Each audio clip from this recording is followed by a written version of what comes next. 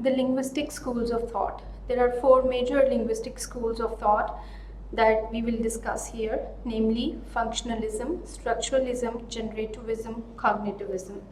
First of all, let's discuss the first school of thought, that is functionalism. In linguistics, functionalism can refer to any one of various approaches to the study of grammatical descriptions and processes that consider the purposes to which language is put and the contexts in which language occurs. So most important thing is purposes and the context in which language occurs. Functionalism is also called functional linguistics, which contrasts with Chomsky linguistics. Christopher Butler notes that there is a strong consensus among functionalists that the linguistic system is not self-contained and autonomous for external factors, but is shaped by those external factors. For functionalists, the language is first and foremost an instrument for communication between human beings, and this fact is central in explaining why languages are the way they are. This orientation certainly corresponds to the layperson's view of what language is. Ask any beginner in linguistics who has not yet been exposed to formal approaches of linguistics what a language is, and you are likely to be told that it is something that allows human beings to communicate with one another. So the main aspect or the main purpose or function of linguistics or language is communication according to functionalist school of thought. There are many functionalist approaches which have been put forward, and they are often very different from one another. Two prominent ones are role and reference grammar, RRG, and systemic linguistics, which is also abbreviated as SL. Role and reference grammar was developed by William Foley and Robert Van Wellen, whereas systemic linguistics was developed by Michael Halliday, a very prominent name in the field of linguistics. RRG approaches linguistic description by asking what communicative purposes need to be served. Again, you can note here communicative purposes. The sole function according to them of language according to them was communication.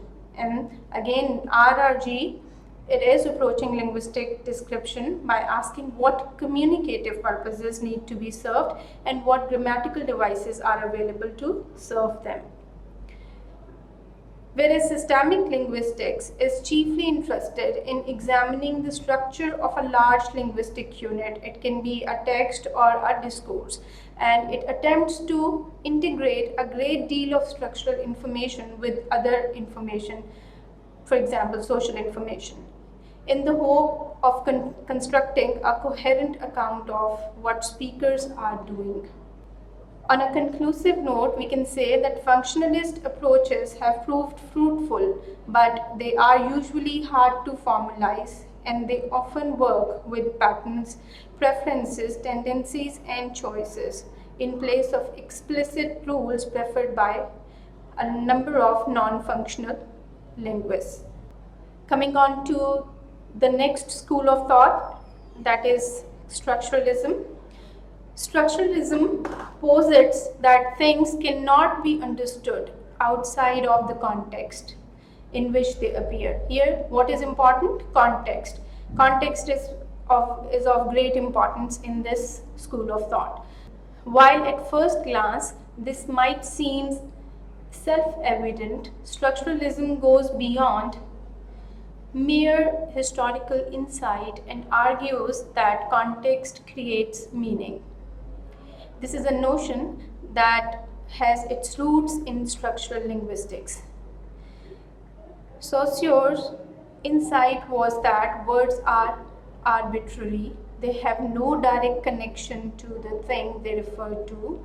More than that, their meaning is determined by context, and meaning in language is created by difference.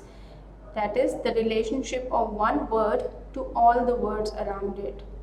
There is a certain kind of negativity, according to him, in all this situation, and we understand things by what they are not. Peter Barry, in his book titled Beginning Theory, lays out three principles that Saussure used to develop his idea. First of all, the meaning of words is arbitrary. The connection between the letters that form dog and the actual animal is not inherent in the word itself. Rather, it is something that speakers of English agree on. Secondly, the meaning of words is relational and dependent on the meaning of other words. Barry's example uses the words hut and shed. Although they are similar in meaning, if there was no word for shed, then the meaning of hut would change to include and signify a small building used for storage. Language constitutes our understanding of the world, which is to say that words mediate our ability to know reality. Barry mentions the difference between terrorists and freedom fighters. Each word has an arbitrary relationship to the actual person being referred to, but the political content of each term frames our understanding of that person. Another way to think about structural linguistics is to understand Saussure's terms lang and parole. Parole, according to him, refers to a particular utterance in a language, whereas lang refers to the entire system of language which that utterance belongs. The utterance only makes sense if you are able to place it in the larger linguistic structure it belongs to. To understand the major methodological principles of structuralism, we should know what structuralism is. Structuralism as a linguistic theory is that words have to be seen in the context of the larger structure they are part of. This notion or this definition has also been derived from Peter Barry's book, The Beginning Theory. This means that a word is only a word because of the words that surround it. This is a description of Saussure's viewpoint that have been discussed briefly in previous slides. The meanings we give to words are arbitrary. The physicality or structure of a word holds no bearing to its connotation or denotation. The only exceptions may be onomatopoeia, however, because even these vary by language, it is not necessarily correct. The meanings of words are relational. This was his second view. No word can be defined in isolation from other words. It is necessary to have other words frame a context to understand one word.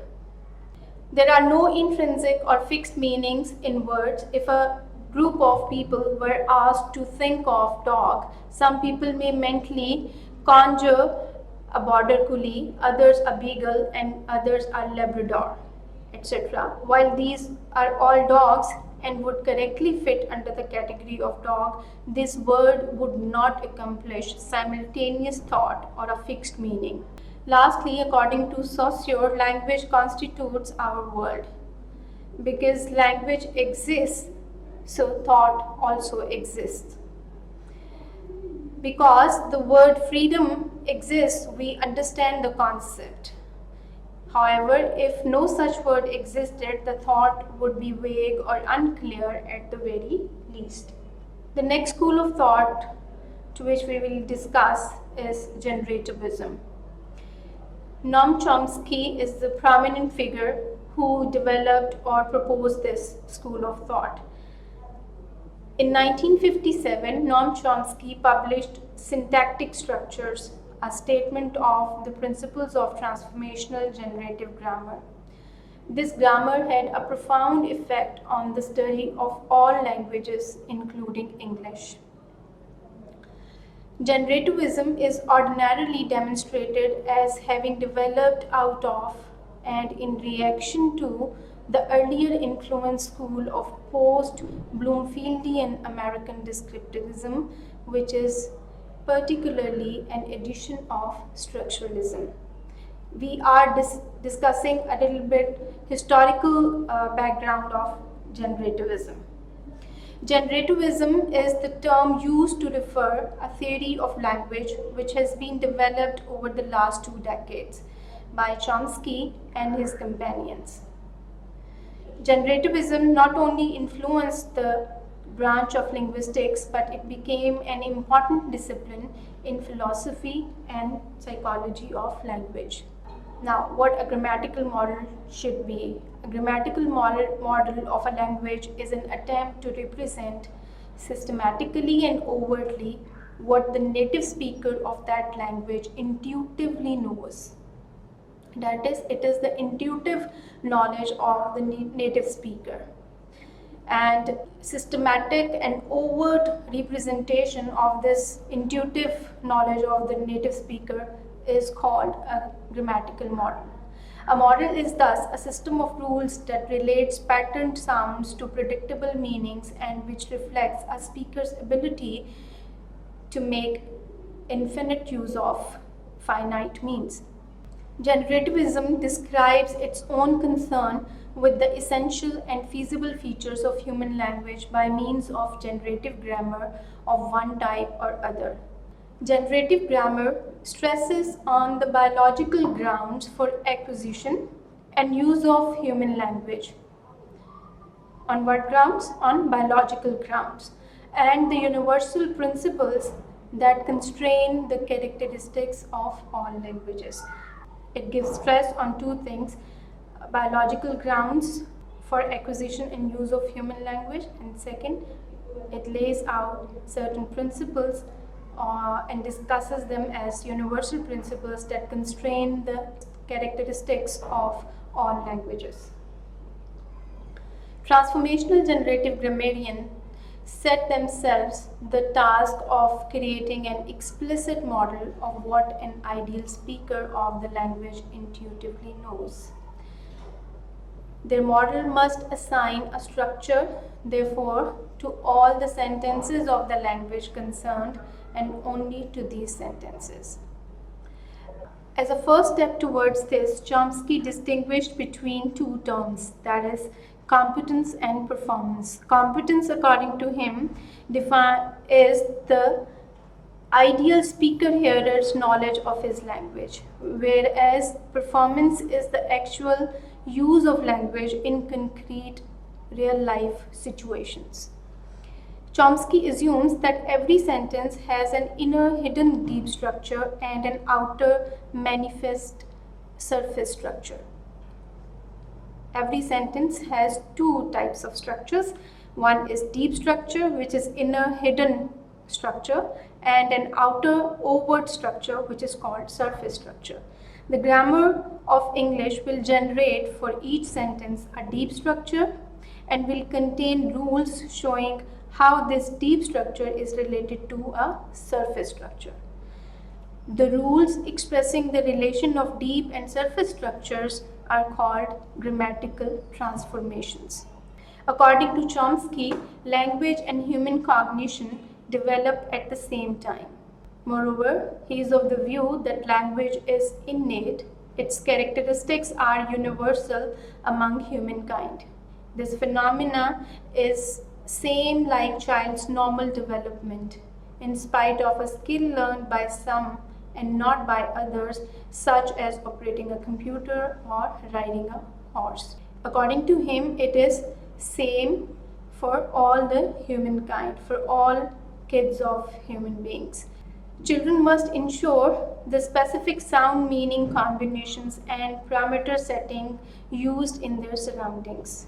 According to this theory, language is a set of syntactic rules which are universal for all humans and implicit the grammars of all human languages. This feature of language termed as universal grammar by Chomsky.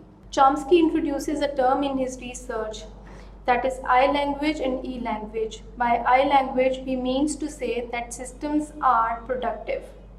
linguistic systems. Here we are talking about linguistic systems, in the sense that they permit to construct and understand the meaning of indefinitely many utterances that have never occurred before in a user's experience.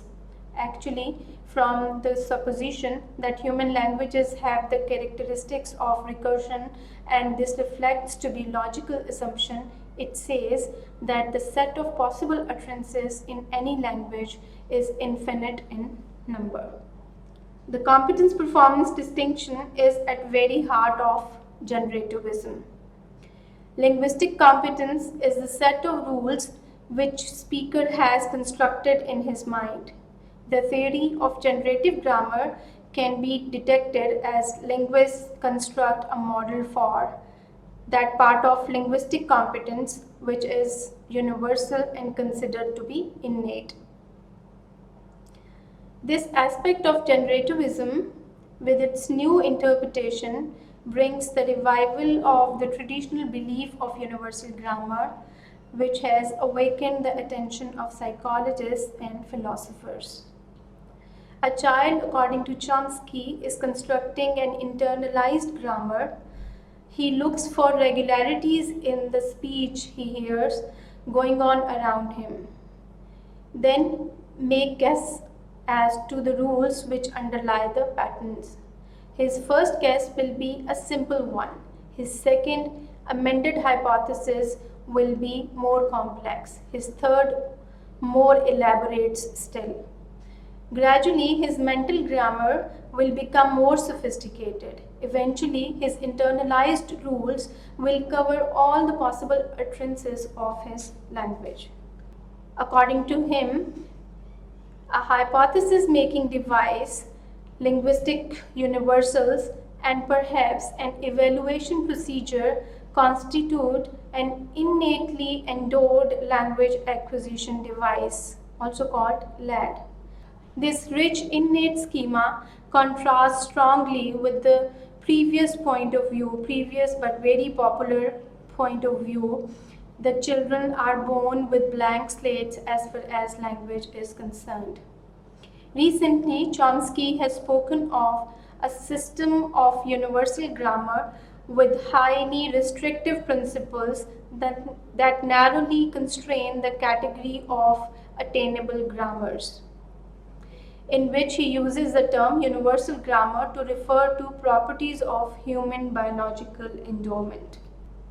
Language universals, Chomsky suggests, are of two basic types, substantive and formal. Substantive universals represent the fundamental building blocks of a language, the substance out of which it is made, while formal universals are concerned with the form or shape of a grammar. The substantive universals of human language, a child might know instinctively the possible set of sounds to be found in speech.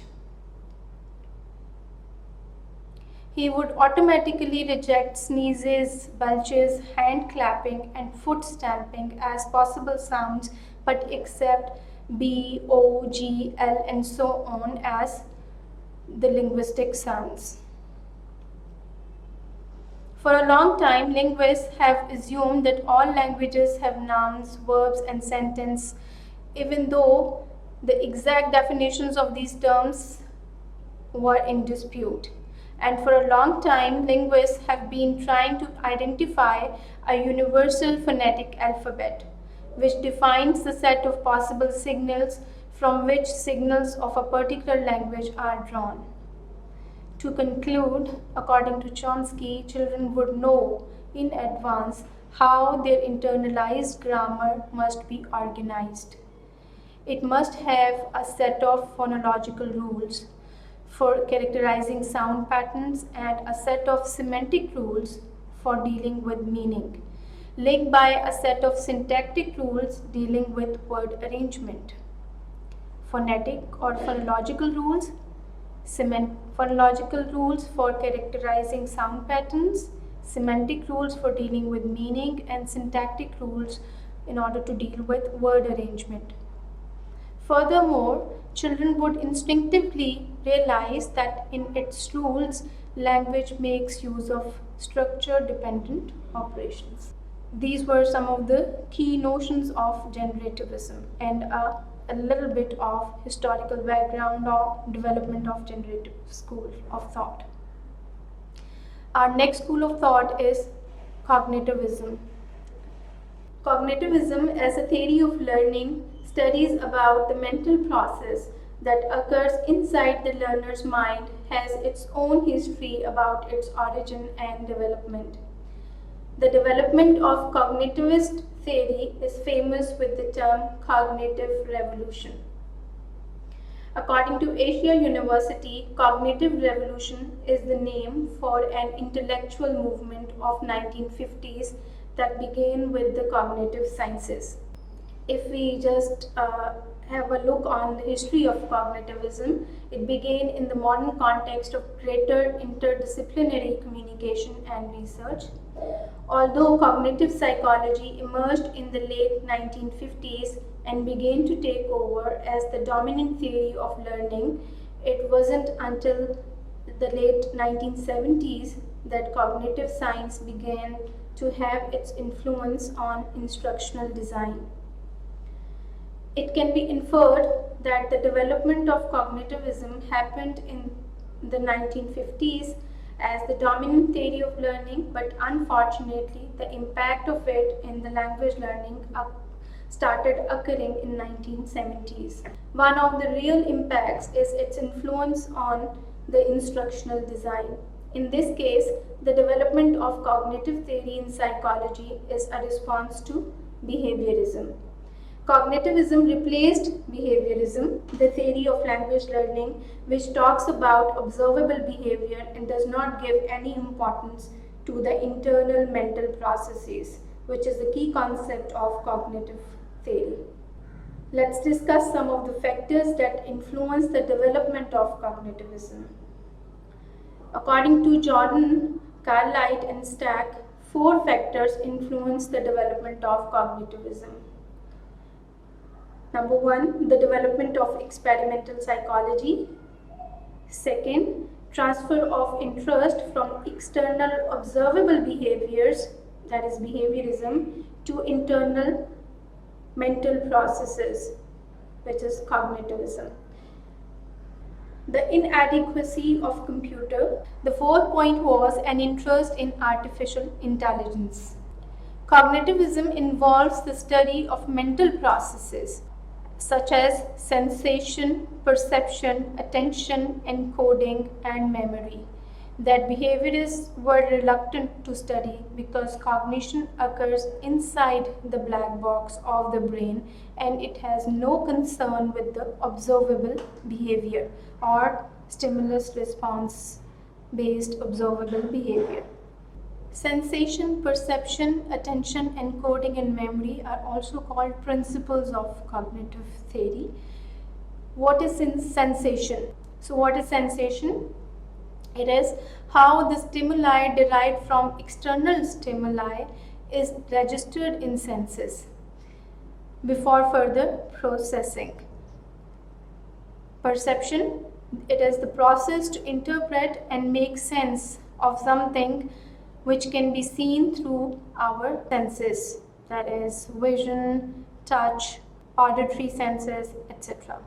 Attention is about concentrating to one thing that is most important among others. It is important to raise the conscious awareness of that particular thing.